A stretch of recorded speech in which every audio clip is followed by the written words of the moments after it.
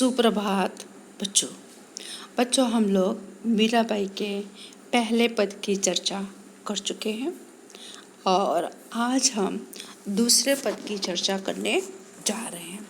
तो पहले पद में मीराबाई ने लिखा है कि गिरधर गोपाल को अपने जीवन को उन्होंने आधार बना लिया है। गिरधर यानी भगवान कृष्ण का एक दूसरा नाम है जिसे गिरधारी भी कहते हैं और वृंदावन में गोवर्धन नाम का एक पर्वत भी है। पुराणों के अनुसार कृष्ण ने एक बार इंद्र के कोप से व्रजभूमि की रक्षा करने के लिए गोवर्धन पर्वत को अपनी उंगली पर उठा लिया था और इसलिए उनका गिरधारी नाम पड़ा। और मीराबाई ने अपने सगे संबंधी रिश्तेदार सभी का त्याग कर दिया और वह ईश्वर की शरण में आ गई। उन्होंने साधु संतों के बीच में बैठने में कोई लाज शर्मा नहीं किया और मीराबाई को ईश्वर से लगन लग गई थी। वे कहती कब जो होना होगा वह होगा। तो दूसरे पद में मीराबाई ईश्वर की भक्ति किसी अमूल्य रत्न से कम नहीं है। इस रत्न को, कौन से रत्न? ईश्वर की भक्ति करने से। इस रत्न को पाकर वो बहुत प्रसन्न है और ईश्वर की भक्ति को जन्म जन्मांतर की ऐसी पूंजी मानती हैं कि जो लगातार अधिक से अधिक वो बढ़ती ही जाती है। क्या बढ़ती जाती है? भगवान की भक्ति दिन प्रतिदिन करते जाते हो तो पूंजी की तरह, जिस तरह पूंजी यानी रकम, धन बैंक में जमा कर देते हैं, उसका क्या मिलता है? इंटरेस्ट, ब्याज मिलता है। उसी तरह भगवान की भक्ति प्रतिदिन करते जाते हैं तो वो कम होती नहीं है, वो दिन प्रतिदिन बढ़ती ही जाती है। और सद्गुरु की कृपा से वे भावसागर पार कराए हैं और ईश्वर का गुणगान करते नहीं थकती हैं। इस पद में ऐसा बताया गया है। तो देखते हैं पहला पद यहाँ पर, दूसरा पद है कि पायो जी मैंने राम रतन धन पायो। बराबर, वस्तु अमोलक दी मेरे सतगुर कृपा, सतगुर कर कृपा अपनायो, जन्म जन्म की पूंजी पाई, जग में सबे खोवायो, खर्चे नहीं कोई चोर न लेवे, दिन दिन बढ़त सवायो, सत की नाव केवटिया, सतगुर भव सागर तरी आयो, मीरा के प्रभु गिरधर नागर, हरख जस गायो। अब यहाँ इसके शब्दार्थ देख लेते हैं।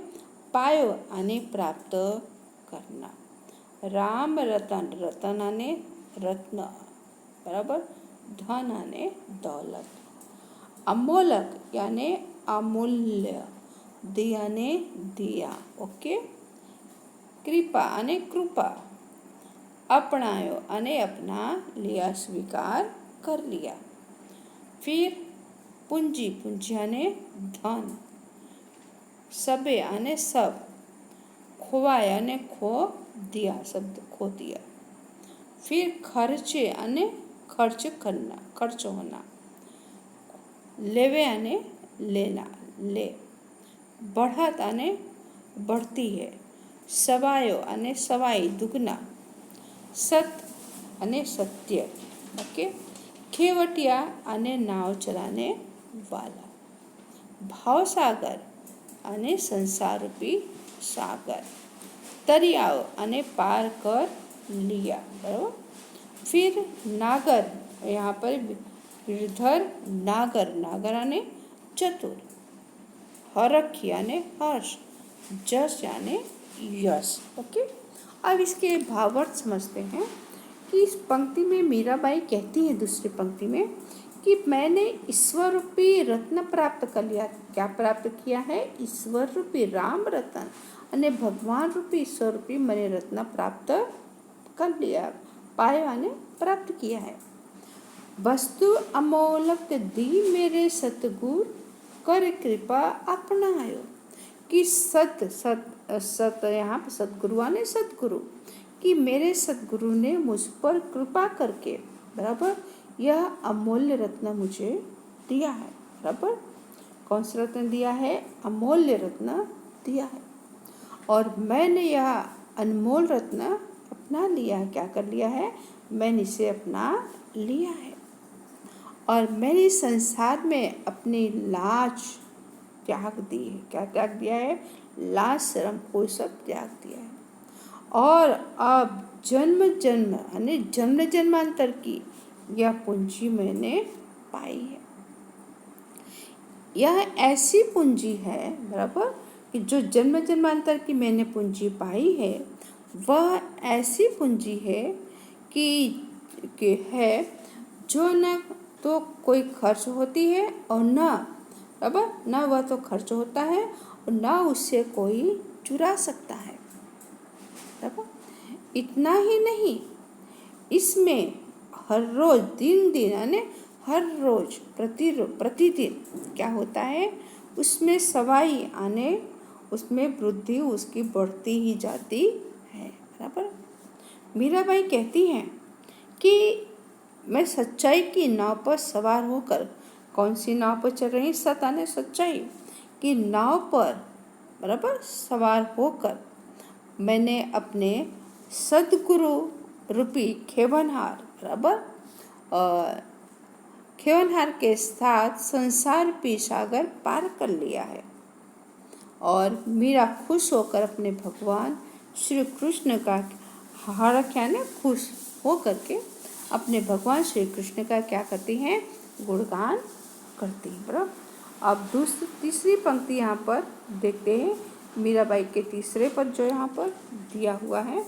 तो इस पद में मीराबाई भगवान कृष्ण के प्रेम में दीवानी हो गई हैं और वे अपना सब कुछ त्याग कर ईश्वर की भक्ति में लीन हो गई।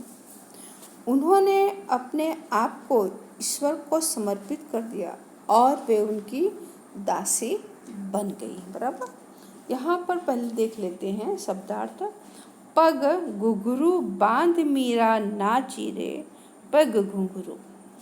लोग कहे मीरा भई बावरी, सास कहे कुल नासी रे।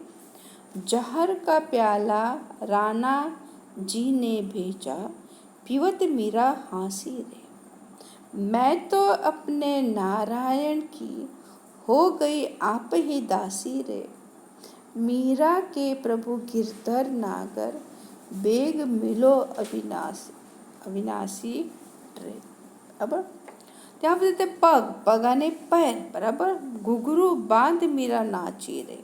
बराबर घुंघरू आने जिसे कहते हैं पैर। ओके लोग कहे, कहे यानी कहते हैं।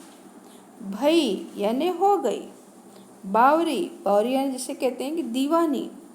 सास कहे कुल नासी कि सास कहती है कि हमारे कुल परिवार का विनाश करने वाली। बराबर और जहर यानी विष, प्याला यानी कटोरा में। फिर पीवत, पीवत यानी पीते हुए। मीरा हाँसी रे, हाँसी यानी हंस पड़ी।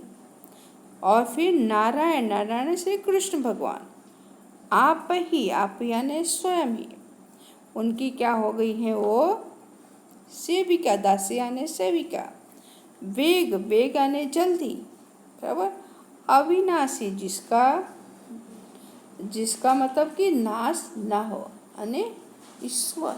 ओके तब इसका भावार्थ देखते हैं यहाँ पर कि मीराबाई भगवान कृष्ण के प्रेम में क्या है? दीवानी हो गई है। वो अपना सब कुछ भूल गई।